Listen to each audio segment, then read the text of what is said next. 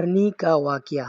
ابو نعیم اصبہانی نے راویوں کا ایک سلسلہ نقل کرکے حضرت ام سلمہ کی ایک روایت بیان کی ہے۔ وہ فرماتی ہیں رسول اللہ صلی اللہ علیہ وسلم ایک مرتبہ کسی سنگلاخ وادی سے گزر رہے تھے کہ آپ صلی اللہ علیہ وسلم نے آواز سنی، یا رسول اللہ! آپ صلی اللہ علیہ وسلم نے فرمایا، میں نے آواز سن کر گروہ نو میں دیکھا مگر کوئی نظر نہ آیا۔ میں آگے بڑھا، پھر وہی آواز بتک کر سنائی دی۔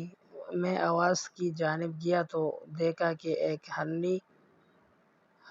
ہرن رسیوں سے باندھی ہوئی تھی، ایک مسلح بدو سورج کی دھوپ میں پڑا سو رہا تھا۔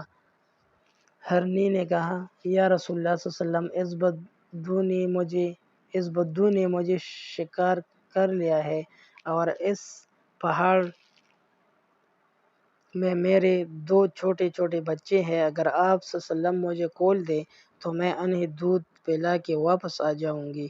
نبی پاک صلی اللہ علیہ وسلم نے فرمایا، کیا واقعی ایسا کرو گے؟ اس نے جواب میں عرض کیا، اگر میں وعدہ پورا نہ کروں تو خدا تعالی مجھے دردر کے عذاب سے ہلاک کر دے۔ آپ صلی اللہ علیہ وسلم نے اس کے رسیاں کھول دیں۔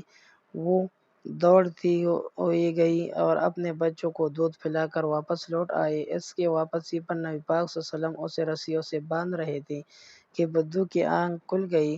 اس نے رسول اللہ صلی اللہ علیہ وسلم کو پہچان لیا اور عرض کیا، یا رسول اللہ! میرے ماں باپ آپ صلی اللہ علیہ وسلم پر قربان! میں نے تھوڑی دیر پہلے یہ ہرنی پکڑی تھی، کیا آپ صلی اللہ علیہ وسلم کو اس کی ضرورت ہے؟ آپ صلی اللہ علیہ وسلم نے فرمایا، ہاں مجھے اس کی ضرورت ہے۔ اس نے کہا، آپ صلی اللہ علیہ وسلم بخوشی اسے لے لیں۔ رسول اللہ صلی اللہ علیہ وسلم نے اسے آزاد کر دیا۔ اس پر وہ اتنی خوش ہوئی کہ صحرا میں چوکڑیاں بھرتی دوڑی، پھر خوشی سے زمین پر پاؤں مارنے لگی اور اللہ کی وحدانیت اور رسول اللہ صلی اللہ علیہ وسلم کی رسالت کی گواہی دیتی ہوئی وہاں سے رخصت ہو گئی۔